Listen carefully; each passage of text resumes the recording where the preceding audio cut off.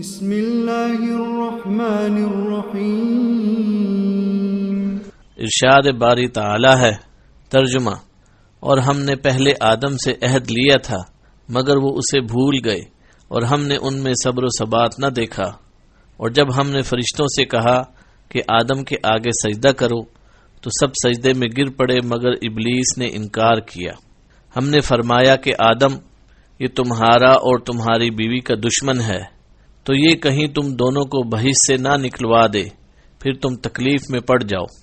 یہاں تم کو یہ آسائش ہوگی کہ نہ بھوکے رہو نہ ننگے، اور یہ کہ نہ پیاسے رہو اور نہ دھوپ کھاؤ۔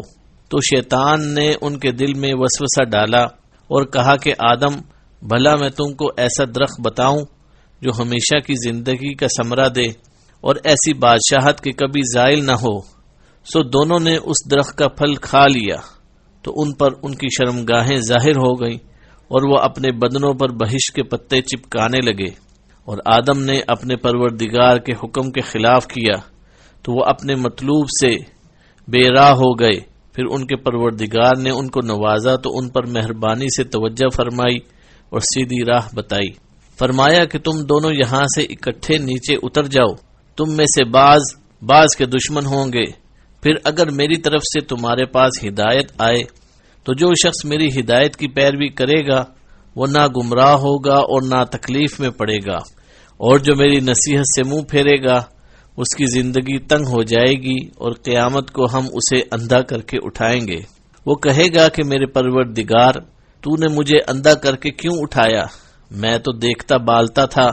اللہ فرمائے گا کہ ایسا ہی چاہیے تھا، تیرے پاس ہماری آیتیں آئیں تو تو نے ان کو بھلا دیا، اسی طرح آج تجھے بلا دیا جائے گا۔ سورۃ طٰہٰ آیت نمبر 115 تا 126۔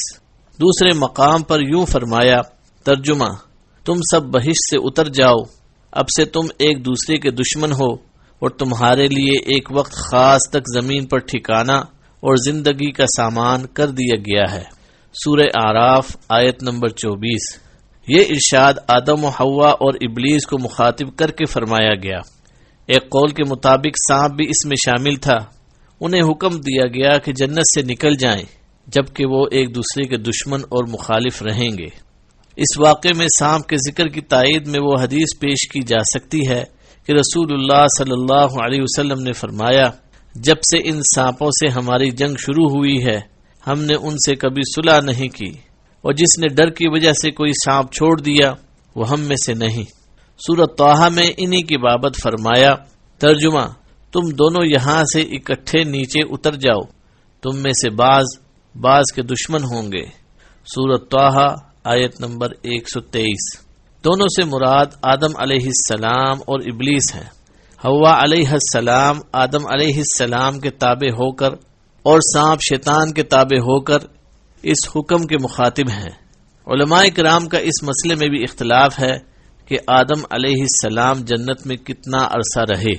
حضرت ابو ہریرہ رضی اللہ عنہ بیان فرماتے ہیں کہ نبی کریم صلی اللہ علیہ وسلم نے فرمایا، آدم علیہ السلام کو جمعے کے دن پیدا کیا گیا اور اسی دن انہیں جنت میں داخل کیا گیا اور اسی دن نکالا گیا۔ اگر مذکورہ بالا حدیث کا یہ مطلب لیا جائے کہ جس دن ان کو پیدا کیا گیا اسی دن انہیں نکالا گیا، اور یہ سمجھا جائے کہ جنت کے ایک دن سے مراد موجودہ دنوں جیسی مدت ہے، تو نتیجہ یہ ہوگا کہ وہ دنیا کے دن جیسے ایک دن کا کچھ حصہ ٹھہرے۔ لیکن یہ رائے محل نظر ہے۔ اگر یہ کہا جائے کہ ان کی تخلیق اور دن ہوئی اور جنت سے کسی اور دن نکلے، یا یہ کہا جائے کہ دن سے مراد 6000 سال کی مدت ہے، جیسے ابن عباس رضی اللہ عنہما، مجاہد اور ضحاک رحمہم اللہ سے مروی ہے، اور ابن جریر رحمہ اللہ نے اسی کو ترجیح دی ہے، تو اس کا نتیجہ یہ ہوگا کہ وہ جنت میں طویل عرصہ ٹھہرے۔ حضرت ابن عباس رضی اللہ عنہما سے مروی ہے کہ آدم علیہ السلام کو مکہ مکرمہ اور طائف کے درمیان دحنہ نامی مقام پر اتارا گیا۔ حضرت حسن بصری رحمہ اللہ فرماتے ہیں، آدم علیہ السلام کو ہند میں اتارا گیا، حوا علیہ السلام کو جندہ میں، ابلیس کو بصرہ سے چند میل دور دستمیان نامی جگہ میں، اور سانپ کو اصفہان میں اتارا گیا۔ جبکہ حضرت ابن عمر رضی اللہ عنہما فرماتے ہیں، آدم علیہ السلام کو صفا پہاڑی اور حوا علیہ السلام کو مروہ پہاڑی پر اتارا گیا۔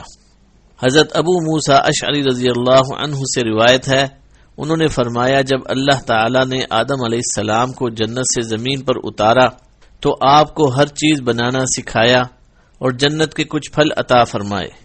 تمہارے یہ زمینی پھل جنت کے پھلوں میں سے ہیں، فرق یہ ہے کہ ان میں تبدیلی آتی ہے، خراب بھی ہوتے ہیں اور ان میں تبدیلی نہیں آتی۔ حضرت عبداللہ بن عباس رضی اللہ عنہما سے روایت ہے کہ آدم علیہ السلام نے زمین پر سب سے پہلے جو کھانا کھایا وہ یہ تھا کہ جبرائیل علیہ السلام ان کے پاس گندم کے ساتھ دانے لائے۔ آدم علیہ السلام نے فرمایا یہ کیا ہے؟ جبرائیل علیہ السلام نے فرمایا یہ اسی درخت کا پھل ہے جس سے آپ کو منع کیا گیا تھا اور آپ نے کھا لیا تھا۔ انہوں نے فرمایا میں اس کا کیا کروں؟ فرمایا اسے زمین میں بو دیجئے۔ انہوں نے بو دیے، ان میں سے ہر ایک دانے کا وزن موجودہ دور کے 1,00,000 دانوں سے زیادہ تھا۔ وہ اگ آئے، وقت آنے پر انہیں کاٹا، گاہا، بوس سے دانے الگ کیے گئے، پھر انہیں پیسا اور گوندا، پھر اس آٹے کی روٹی پکائی، پھر کھائی۔